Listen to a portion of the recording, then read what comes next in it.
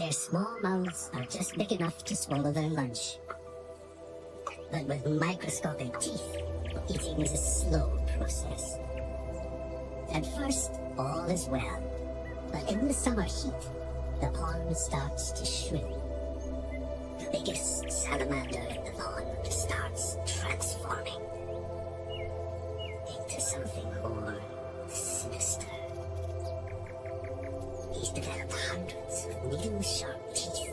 They'll stop his new victims from wriggling away. He has transformed into a cannibal. But then, the victims start to fight back. The other salamanders also start to turn into cannibals. Soon, in this pond, there is just a single, very plump salamander. His gills have disappeared, reabsorbed into his body.